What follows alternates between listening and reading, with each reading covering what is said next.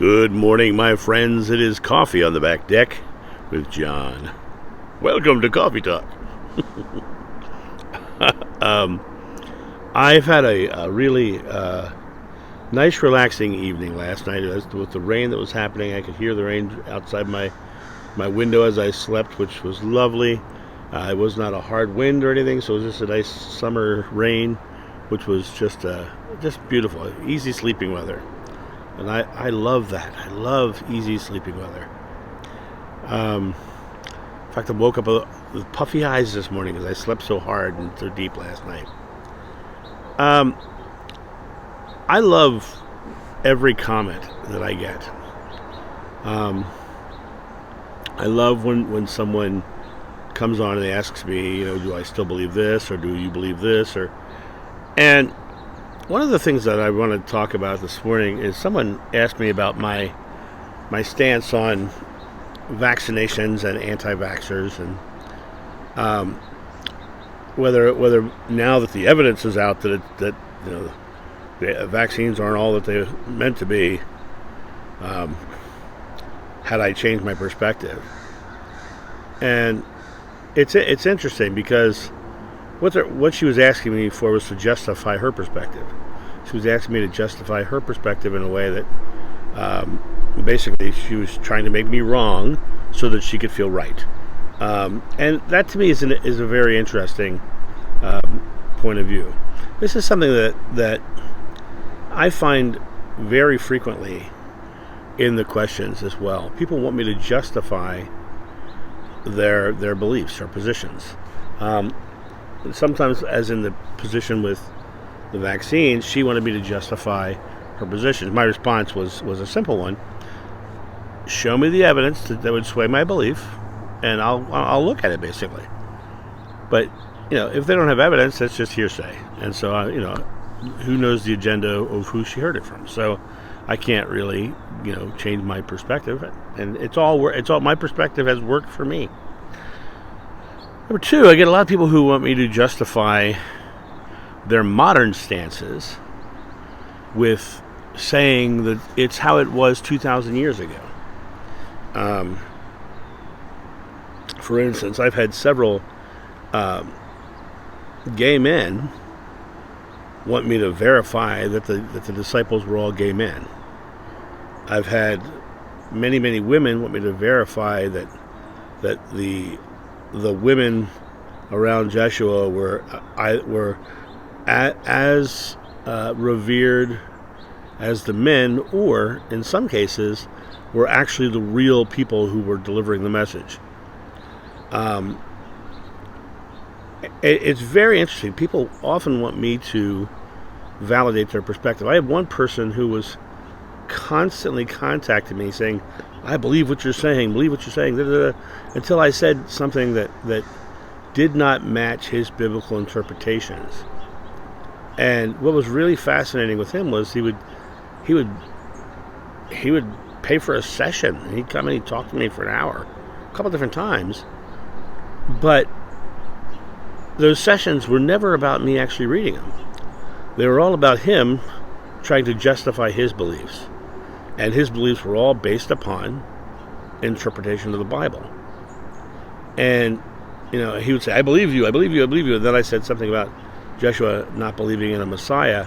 And that was the last time I heard from the guy. Right? Because he believed very much in Joshua believing in a Messiah. So people often want me to validate their modern beliefs or say this is how it was. It would be completely disingenuous of me to validate anything that I have no knowledge of. For me, everything that I talk about is from memory, or it's from my own personal extrapolations. That's why I often say this is my truth. If it doesn't ring true for you, then it's not for you. Because the concept of needing to be right, or needing to validate or justify your beliefs, it is not faith. That's fear of being wrong, fear of not being on the right side of history. And when I look at that perspective, I find it very interesting, because why do they want me to change? Well, the reason they want me to change is because I can be a person who can say, yes, this is how it was, because of my past life memories. But I will never say something that I don't remember or believe. Now, in the take of homosexuality and gay men, I think I truly believe, and this is just from regression and from my own studies, that God is love. And I believe that love in any form is not wrong. And quite honestly, the use of love into creating a love-filled life has worked very well for me. As I said before, I love driving, so driving gives me a loving experience. Bringing that love into life. And it's the same thing with homosexuality or any form of love is not wrong, because it's love, and God is love. As far as the equality segment, there were women around Jeshua. Of course there were. But someone asked me a great question yesterday. What was society like back then? It wasn't. She didn't ask me a religious question. She asked me, what was society like back then? And I've never had anyone really ask me that question before. And society was very much like being under Taliban rule. Men were the power force, and women were subjugated for the most part. And that's just a historical concept. And if you look at the modern Bible, right, the whole concept of woman being made from a rib and being subjugated, and Adam's first wife Lilith, when she was strong-willed, was cast out of, that's not because it's a true story. It's because of the fact that they were subjugating women. It was a situation where that time period, men were the rulers. That's why they called God Father instead of Mother. So my main memories of Jeshua and women revolve around Ishti, his wife. And he loved her. He did not treat her. He did not subjugate her. Did not treat her poorly. He did not subjugate her. They laughed. They joked. And she felt very comfortable in laughing and joking with us as well. There were other women around, but none of them stood out in my memory as grand teachers or any of that nature. Now, that's not to say it's not possible. It's not to say it's not true. But I can only speak about the memories that I have, and the memories that I have are beautiful between he and Ishti. The memories that I have of a lot of work. I remember actually being the one who would go. We would travel to a city or a town, and we'd be on the outskirts of the town, and then John and his brother James would go into the city, find lodging, find housing, find people to speak with, set up private sessions, like healing sessions. They were the marketing guys. So there was a lot of walking, traveling, and then working.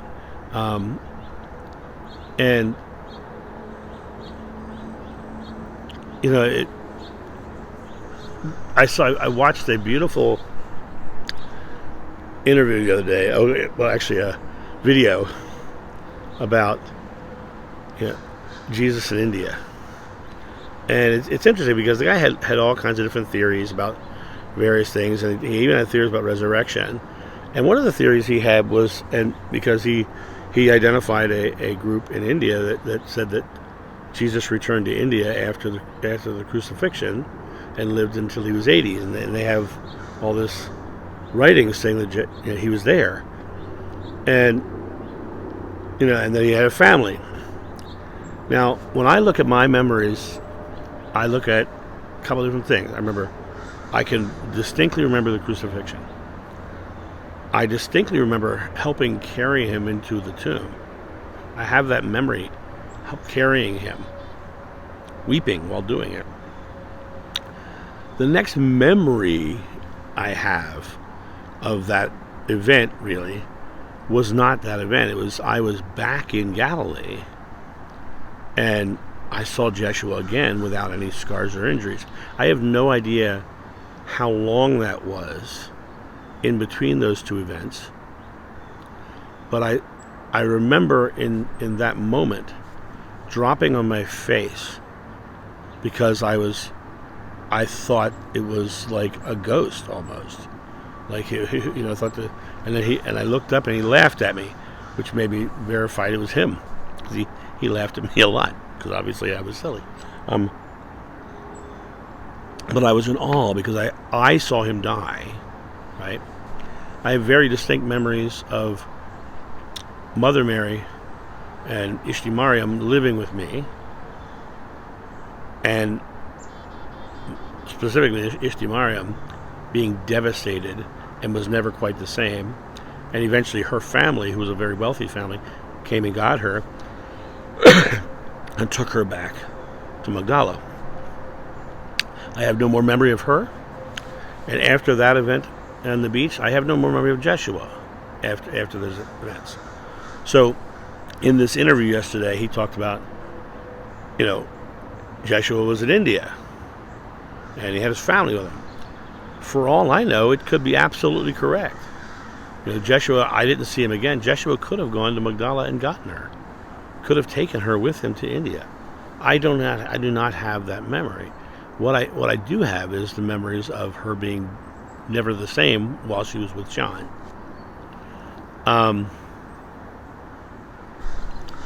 Do I believe the story of him going back to India? I don't believe it or disbelieve it. I know that there's a possibility of that. I believe he was in India between the time he was a child and the time he was 30 when John met him. I believe that because that's kind of what I was told, right?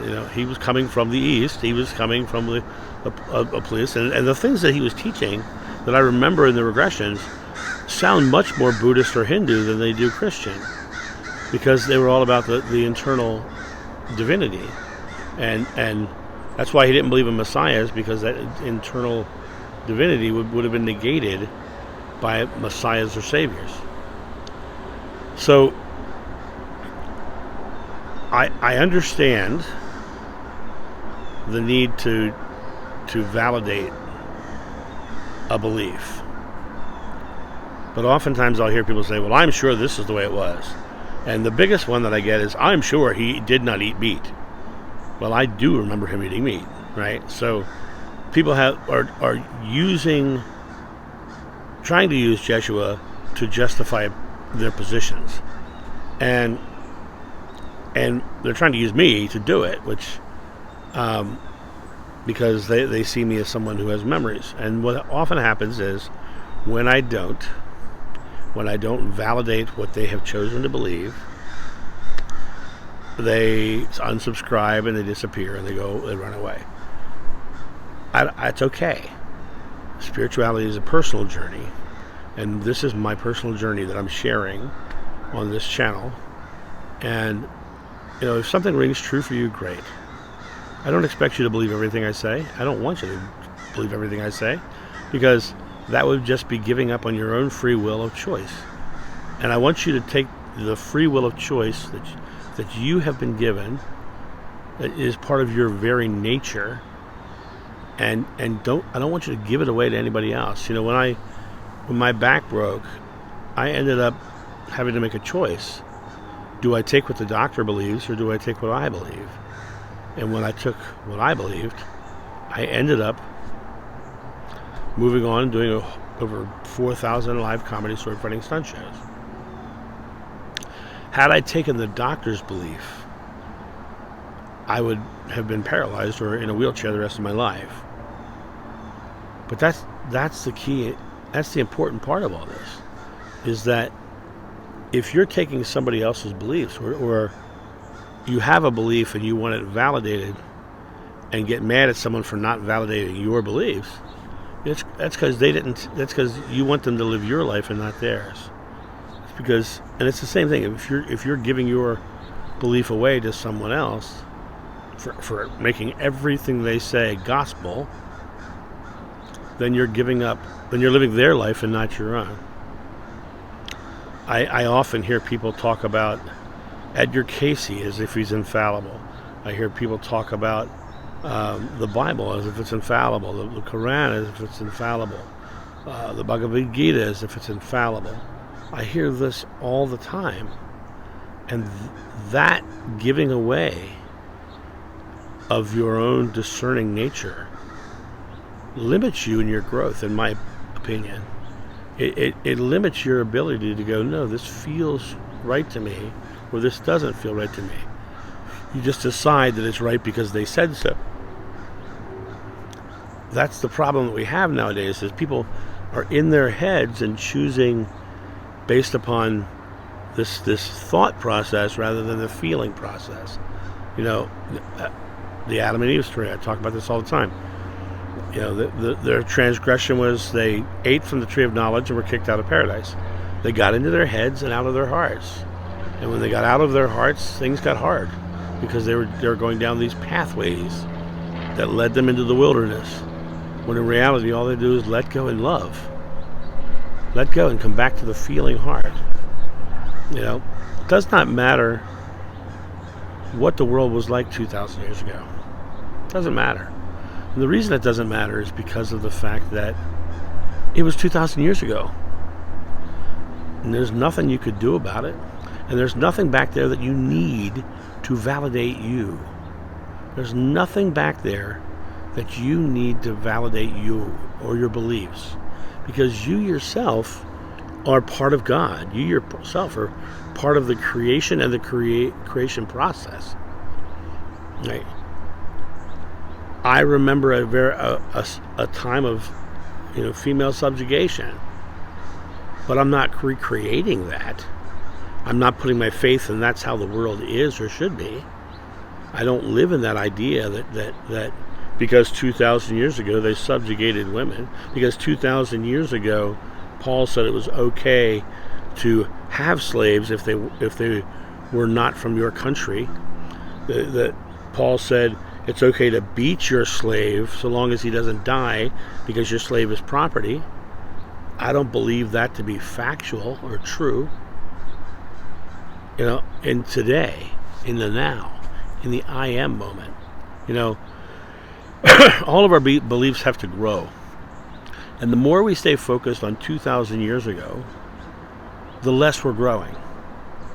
Because we're focused on recreating something from the past, whereas just being love in the here and now, it's the I am moment, not the I will be or I was moment. It's the I am moment. And if you can stay in this moment and openly love, no matter what it was like 2,000 years ago, you change the world. Everything gets better. And everything's better with coffee. So I'm going to finish my coffee, and I'm going to get off my soapbox this morning. I respect everybody's opinion. And when they write me a comment, I actually like the comments. I enjoy the comments. I just wanted to hop on and do this video just to let people have something to think about. Are they trying to justify something that they believe now with something 2,000 years ago? But do you believe right now that women are equal? Do you believe right now that all people of all sexual orientations are equal? Do you believe right now that God is love and and love is how we should live our life, lovingly? Do you believe that now? Then don't worry about 2,000 years ago. It does not matter what that time period was like. It only matters how you're making this time period. Because it's the only moment you're conscious. It's the only moment you have your thoughts, words, and deeds and can create something more beautiful. And now I'm going to my coffee. You guys have a great day, and I'll talk to you soon. See ya. Bye. Thank you, my friends, for watching this video. If you enjoyed it, please make sure that you've subscribed and you like it, you share it, but also comment below it. Let's get this community talking about these topics and spreading this information out far and wide so we can change the world for the better. Thank you.